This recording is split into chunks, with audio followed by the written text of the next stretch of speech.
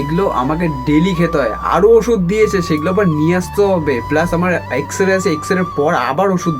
Guys, এই কিছুদিন আগে আমরা ছায়া থেকে বাঁচতাম রোদে যাওয়ার জন্য, আর এখন দেখো কে এসছে। হ্যাঁ, ধাবড়া ধাবড়া চুল, বড় বাহ। হয়নি চুল। মাছ রয়েছে, কি ধাবড়া ধাবড়া ছিল। এটা কি কত বড় দেখ। Hey guys, good morning, welcome back to my channel. আবার একটা নতুন অ্যান্ড ফ্রেশ ব্লগ নিয়ে চলে আসলাম তোমাদের জন্য।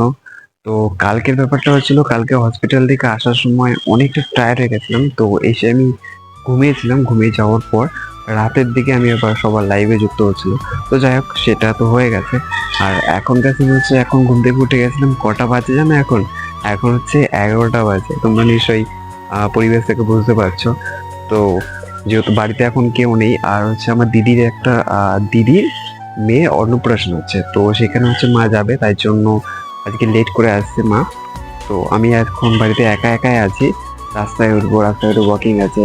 আর কি হয়েছে আজকে, আর ডক্টর আমাকে এক গাদা ওষুধ দিয়েছে, সেগুলোকে খেতে হবে। তো বাসি পেটে ওষুধ ছিল, সেগুলোকে খেয়েছি। কমপ্লিট করার পর আবার খাওয়ার পর অনেক ওষুধ আছে, তোমাদেরকে দেখাবো আমি। তো চলো, আপাততের জন্য তো উপরে উঠি, তারপরে দেখাচ্ছি। গাইস, এই বসন্তকালের যদি ওয়েদারটা শীতকালে থাকে, তাহলে আমি ডেইলি স্নান করবো। তো আচ্ছা, তোমরা কমেন্টে জানাও যে আমি চুল কাটবো, আমার চুলটা কি অনেক বড় হয়ে গেছে, তোমরা একটু জানাবে তো। আর দেখো কে এসছে। হ্যাঁ, ধাবড়া ধাবড়া চুল, বড় বাহ। হয়নি চুল। মাছ রয়েছে, কি ধাবড়া ধাবড়া চুল। এটা কি কত বড় দেখ কোথায়।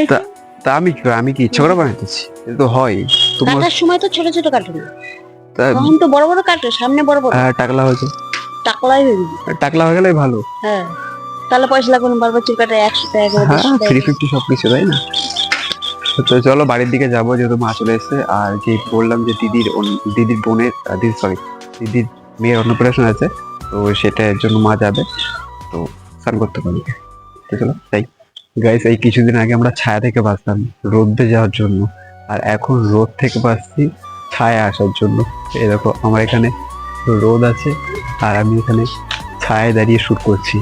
তো ব্যাপারটা হয়েছে এরকম, মা তাড়াহুড়ো করছে, যেহেতু দিদির বাড়িতে যাবে, আমাকে স্নান করতে বলছে। এরকম ওকে রেডি করে দিয়েছে। আমি যাবো, চটপট স্নানটা করবো, স্নানটা করার পর আবার রুমে চলে যাবো।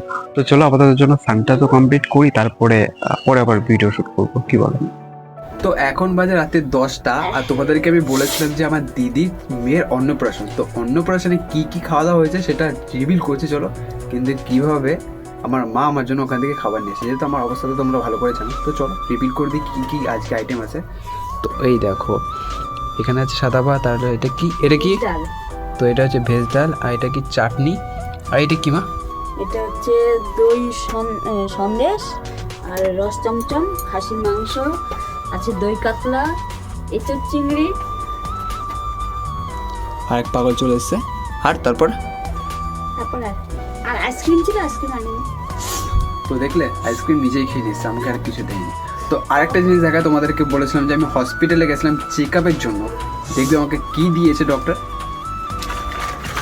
এক বাক্স ওষুধ, ভালো বেশে।